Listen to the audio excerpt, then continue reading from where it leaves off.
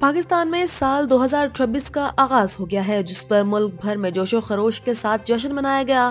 رات 12 بجتے ہی کراچی، لاہور، اسلام آباد، راولپنڈی، ملتان، پشاور، کوئٹہ، سکھر اور حیدرآباد سمیت مختلف شہروں میں شاندار آتش بازی کی گئی، جبکہ کراچی اور کوئٹہ میں میوزیکل نائٹس کا اہتمام بھی ہوا۔ شہریوں نے ایک دوسرے کو نئے سال کی مبارکباد دی، ہارن بجا کر خوشی کا اظہار کیا اور ساحل سمندر پر سی ویو پر بھی منچلوں نے جشن منایا۔ دنیا میں نئے سال کا آغاز نیوزی لینڈ سے ہوا اور مختلف ممالک سے ہوتا ہوا 2026 پاکستان پہنچا، جس کا ملک بھر میں پرتپاک خیر مقدم کیا گیا۔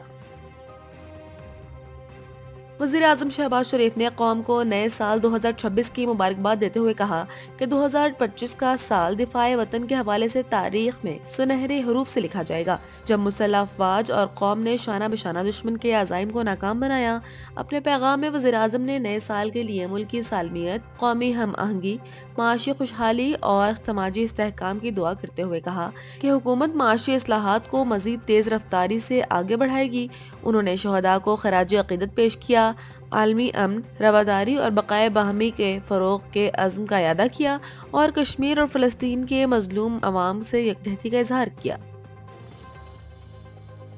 کراچی کے مختلف علاقوں میں سال 2026 کے آغاز پر ہوائی فائرنگ کے واقعات پیش آئے، جن کے نتیجے میں نامعلوم سمت سے نظر آنے والی گولیوں سے 8 افراد زخمی ہوئے، جبکہ پولیس نے کارروائیاں کرتے ہوئے شہر کے مختلف علاقوں سے ہوائی فائرنگ کے الزام میں 18 افراد کو گرفتار کر لیا۔ پولیس اور ریسکیو حکام کے مطابق چنسٹر گوٹ، کورنگی، گولی مار، 5 اسٹار، نیو سبزی منڈی، گلشن مامار اور زمان ٹاؤن سمیت کئی علاقوں میں فائرنگ کے واقعات رپورٹ ہوئے، جبکہ کوئٹہ میں بھی نئے سال پر ہوائی فائرنگ کی گئی۔ کراچی میں ہوائی فائرنگ کی روک تھام کے لیے پہلی بار ڈرون کیمروں کا استعمال کیا گیا اور پولیس نے واضح کیا کہ ویڈیو شواہد کے بنیاد پر ملزمان کے خلاف اقدام قتل کے تحت مقدمات درج کیے جائیں گے۔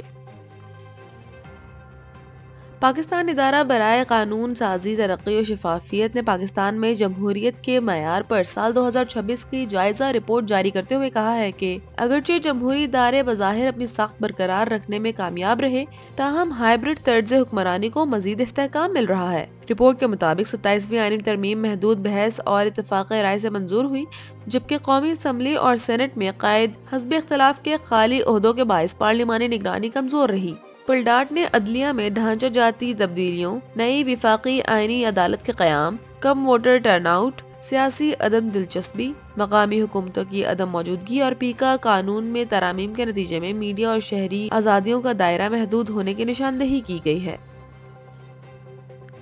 انڈر 19 ٹرائی نیشن سیریز میں زمبابوے نے افغانستان کو 19 رن سے شکست دے دی ہے۔ ہرارے میں کھیلے گئے میچ میں زمبابوے کی انڈر 19 ٹیم نے پہلے بیٹنگ کرتے ہوئے 195 رن سکور کیے، جس کے جواب میں افغان ٹیم 41 اوورز میں 166 رنز پر آؤٹ ہو گئی۔ اس کامیابی کے بعد میزبان زمبابوے 3 میچز میں 4 پوائنٹس کے ساتھ پوائنٹس ٹیبل پر سر فہرست رہے، جبکہ پاکستان 2 میچز میں 3 پوائنٹس کے ساتھ دوسرے نمبر پر ہے۔ افغانستان کی ٹیم 3 میچز کھیلنے کے بعد صرف 1 پوائنٹ حاصل کر سکی ہے۔